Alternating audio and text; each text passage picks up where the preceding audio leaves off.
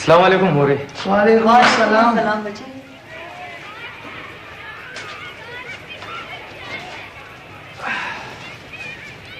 मोरे यो प्याले चाय में मिलोशी हो कना। आओ बच्चे लग सबर का पखों दना। सिंह चलो शो इंटरव्यू दे सिंह मुरादा सेंटर यो वाला ला तशका गजुना कतलू छे असली के ओ कजेली न संगा ता कार बाबू क्यूशी हिस पता न लगे मोरे 16 सीटों दी हो 2.5 कसाने इंटरव्यू लरा जखो एम देत्र पसे दिशा चिदर ला सकारू बुरी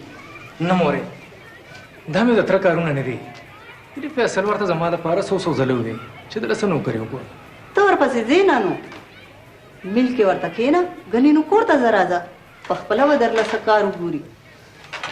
गोरा कदा काकाजी पे क्लास वसी नुसबो तू एमा न लाला तास वर्ता गक मके वाली ورکه نه لالا که کاکاجي خامخا رامنځته کوو نو بیا به سم کار دپاره ورته ووایو د پرایمري سکول استازي بسې چې اوس به پکې کاکاجي ته مینتونه کوو نو سم کار ته مونږ ته وښایه که نه هغه خو ما ته څو ځل ویلي چې دی چېرته کاغذونه ورکړي نو بیا ما ته ووایه نه که نه مورې دا سم کار نه دی هلکه فیصله ته السلام علیکم راځئ که نه دننه راځه نه دننه ځکه دننه راځم ته نثارې ځکه مې راوروټلو هلکه فیصله تا خو چینګم هم ځان سره راوستی دی چینګم دی چې چا پر وخلي که نه یو خدای به ترې نه خلاص کړي یاره مراده په ایمان ویم سای جیوه پښتانې ګورې ښه ولې نو مېلمه دې جوړ چاته په سترګو نه دي لیدلې چې داسې بند په بند ورته تاویږي کله ورته تکیه ځمې او کله ورته پیالې ډکې مړه یو خو ته هر وخت د خېټې غم کې لګیا د خېټې غم کې چېرته اوسم خو زه دا ویم چې څه د چیو مې وساته څه د ناستې وې نه نه نو تا ته د ناستې دپاره ووایم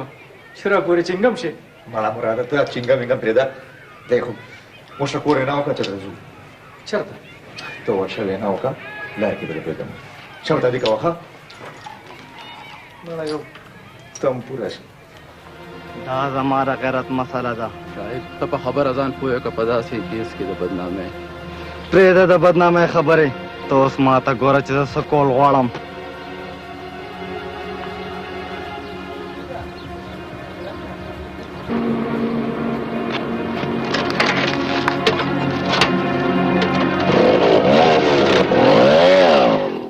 فیصله ما سره ډېرې مودې نه دا یاره پیدا شوې ده ویم کیدای شي دا اعتصاب په دې چکر کې زموږ فلور ملز سیل شي ها د بانک قسطونه هم شارټ دي هسې نه نیلام شي ها زه غواړم چې دې هفته کې تا ته ویزه ولګي او ته فارم ته لاړ شي زه او ته نه بابا زه فارم ته نه ځم ولې ګوره فیصله بچی ما دا مال حال او جداد تا لپاره پیدا کړي دي اوس د دې د محفوظولو ګارنټي تا سره ده بچی خو بابا بچی فارم کې به د دې ملک ډېر خیر څه و ښه بابا خو چې اول زما رزلټ او شي ریزلټ پرېږده او ها ستا غوندې نوې جنریشن خو بابا خو